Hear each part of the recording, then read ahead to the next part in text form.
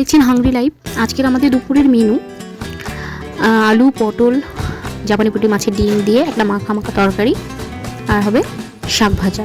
এটা নোটের শাক ভাজা, লাল শাক। দেখতে থাকুন। নমস্কার বন্ধুরা, আজকে রান্না করব পটল আলু মাছের ডিম দিয়ে একটা মাখা মাখা তরকারি করব, আর শাক ভাজা করব, পেঁয়াজ দিয়ে শাক ভাজা করবো। আনাজ কুটে নিয়েছি সব, চলুন দেখি। আর এদিকে কিন্তু আমি ওভেনটা, এদিকে দেখুন গ্যাসটা জ্বালিয়ে দিচ্ছি আমি। আর এদিকে দেখুন ভাতটা হচ্ছে, একটা ডিম দিয়েছি মধ্যে। দেখুন এদিকে কেটে নিয়েছি আলু, পটল।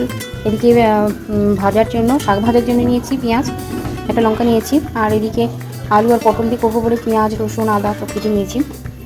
এটা দেখুন মাছের ডিম, এটা জাপানি পুঁটির ডিমটা বলে একটু কেমন একটা লাগছে, কালো কালারের ডিম। আর এটা শাক ভাজা, লাল শাক, এটা শাক ভাজা। প্রথমে ভেজে নেবো আলু, দিয়ে দিয়েছি পরিমাণ মতন তেল।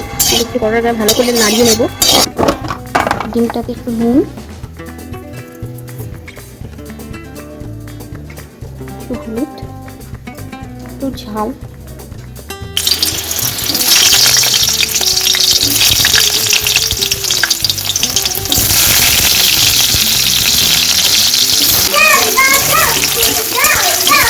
আলুগুলোকে দিয়ে দিলাম, একটু লাল লাল করে ভেজে নেব। আর এইদিকে দেখুন ভাতটা টকবক করে একদম ফুটছে, টকবক করে ভাজা হয়ে গেছে লাল লাল।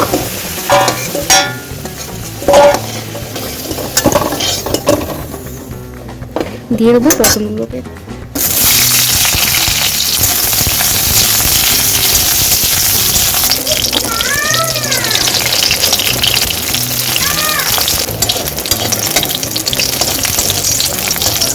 হয়ে গেছে আমার পটল ভাজাগুলোকেও তুলে নেব। পটল ভাজা তোলা হয়ে গেছে। এবার দিয়ে দেবো কিন্তু ডিমটাকে, মাছের ডিমটাকে দিয়ে দেবো।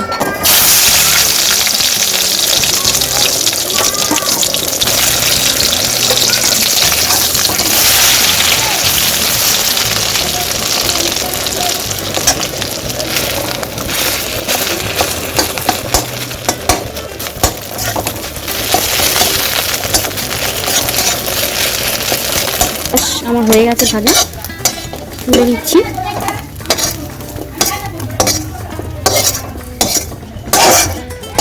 দিয়ে দেবো।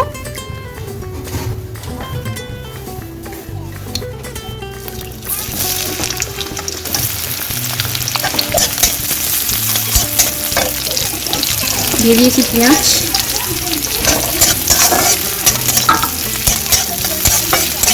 পেঁয়াজটাকে একটু লাল লাল করে ভেজে নেবো। তারপরে দিয়ে দেবো রসুন কুচিটা, দিয়ে দেবো রসুন কুচি, দিয়ে দেবো আদা কুচি, দিয়ে ভালো করে নাড়াচাড়া করে নিচ্ছি। দুটো পরিমাণে লবণ দিয়ে দিলাম, হলুদ গুঁড়ো দিলাম, লঙ্কার গুঁড়ো দিয়ে দিলাম। একটু নেড়ে চেড়ে নেবো।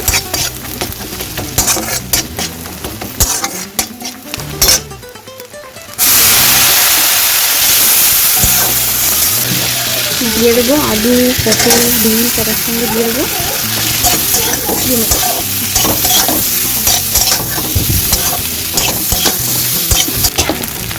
দেবো জল,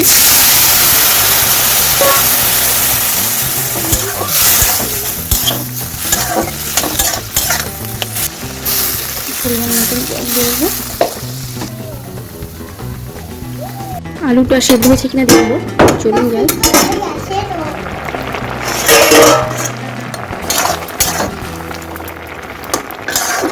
আলুটা সিদ্ধ হয়ে গেছে। হালকা করে গরম মশলা করে দিলাম।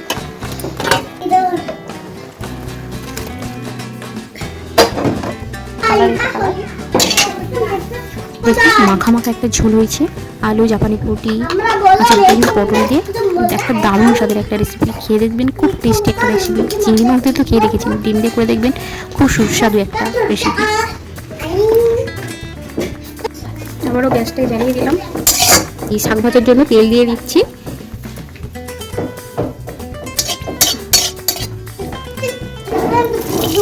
পেঁয়াজটা দিয়ে দেবো।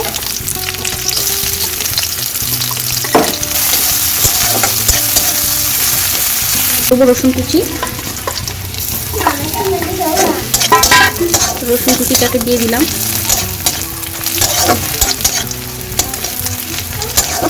ও শাক, এগুলো লাল শাক।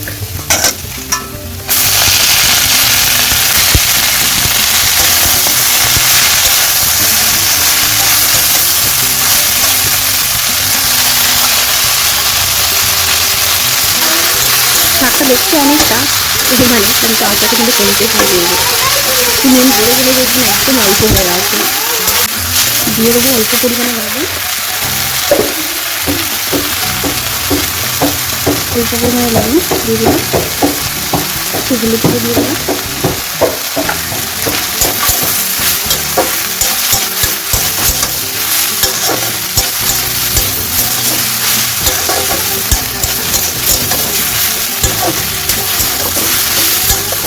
তো একদম শাকটা মুড়ে কতটুকু হয়ে গেছে।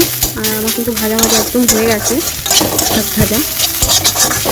আমার কোনো জিনিসটা খুব একটা কাঁচা কাঁচা থাকলে খুব একটা ভালো লাগে না, তাই ভালো করে না শাক ভাজলে ঠিক ভালো লাগে না। দেখে যাও, নামিয়ে দিচ্ছি।